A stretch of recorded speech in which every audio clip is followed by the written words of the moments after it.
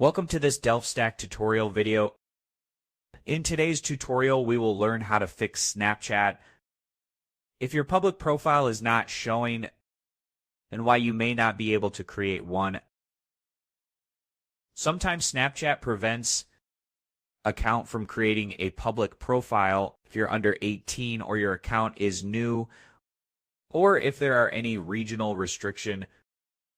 First, make sure your Snapchat app is updated to its latest version. If you are on Android, you can check it on Google Play Store, and if you are on iPhone, check it on the App Store. If your profile still isn't showing, try clearing the app's cache from the settings. Go to Settings, go to Apps,